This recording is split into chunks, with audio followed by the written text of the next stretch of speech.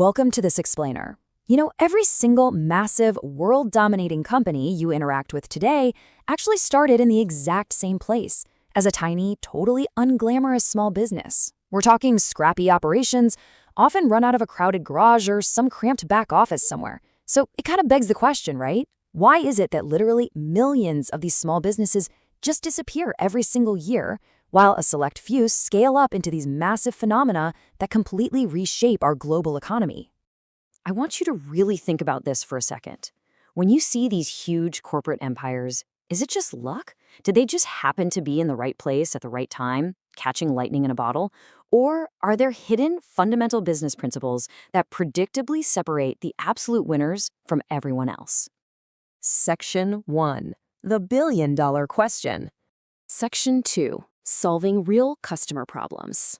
So we're going on a little journey today to unpack the specific execution strategies that actually separate those giants from the rest of the pack.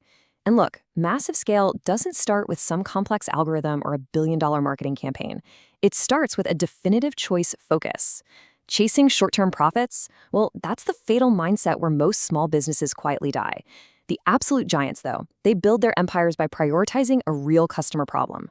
You don't build a massive enterprise by focusing on your wallet. You build it by focusing on exactly what the market desperately needs and figuring out how to deliver that solution better than anyone else out there. But here's the thing, just solving a problem isn't quite enough. You really need a unique value proposition, or UVP. And I know it sounds like just another marketing buzzword, but it's actually the distinct edge that your competitors literally cannot replicate. Think about it. If you're solving a problem the exact same way 50 other companies in your sector are, you simply won't scale.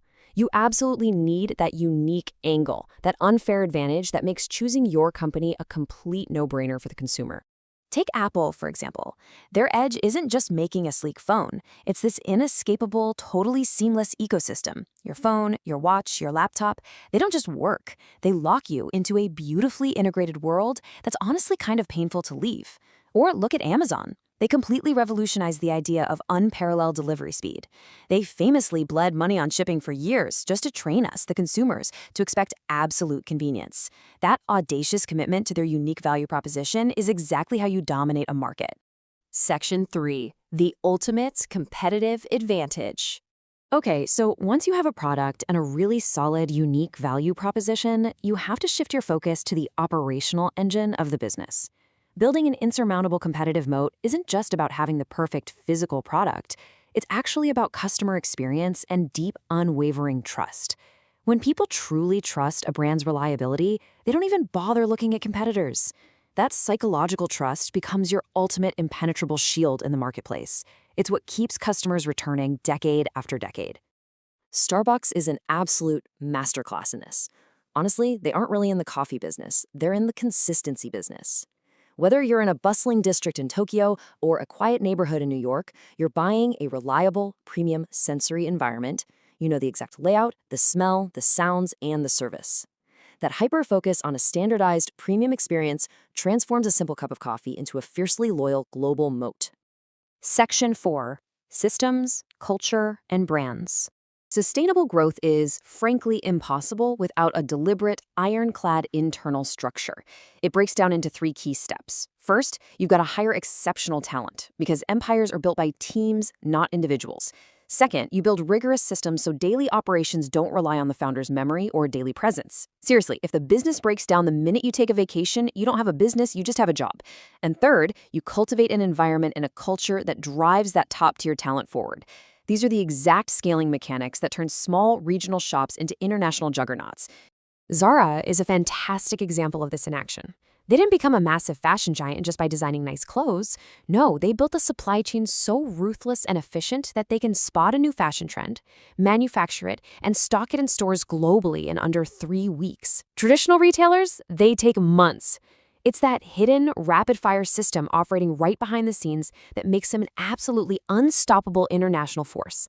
But hey, internal systems are only half the equation. You also have to project that immense value outward to the world. The most successful businesses use strategic marketing and compelling storytelling to elevate their ordinary products into globally recognizable brands. When you seamlessly combine a razor-sharp internal system with a brand story that commands true emotional customer loyalty, well, that's when you achieve that coveted level of global recognition that money simply can't buy. Section 5. The Long-Term Growth Marathon. Because the truth is, scaling is a gritty, unglamorous marathon. Smart financial management means strategically reinvesting your early profits right back into the engine, strictly controlling your overhead costs, and letting cold, hard data drive your decisions, not your ego. You can't just guess what your customers want or how your business is truly performing. You have to look closely at the metrics, remove the emotion entirely, and continually optimize your financial health. And speaking of continuous optimization and adaptation, just look at Netflix's incredible evolution. We're talking going from mailing physical DVDs back in 1998 to pivoting entirely to streaming video in 2007, to creating their own billion-dollar original content by 2013. This evolution shows the absolute necessity of innovating. Markets change rapidly. Consumer habits shift literally overnight. If Netflix had stubbornly insisted on remaining just a DVD mail company, they'd be nothing more than a forgotten footnote in history today. Now, here's a crucial reality check for anyone building a business. Mistakes are fuel. Even the titans stumble. Think of Apple's disastrous Newton launch in the 90s. It was an absolute commercial failure. But the difference is they didn't fold up shop. They used those painful mistakes as highly valuable data points. They learned, they adapted, and they iterated. That kind of relentless resilience is exactly what separates the enduring giants from the companies that just disappear at the first sign of real friction. So, the prevailing myth out there is that billion-dollar companies are born from one brilliant, lucky lightning strike.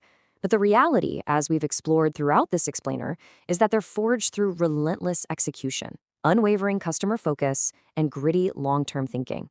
An average idea with flawless, steady execution will always, and I mean always, beat a single genius idea that's executed poorly.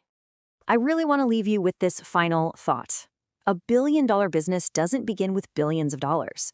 It begins with one problem solved better than anyone else. So take a hard look at your own industry today. What is the one glaring problem everyone else is ignoring, and how can you solve it better? Thank you so much for joining me on this explainer, and keep building.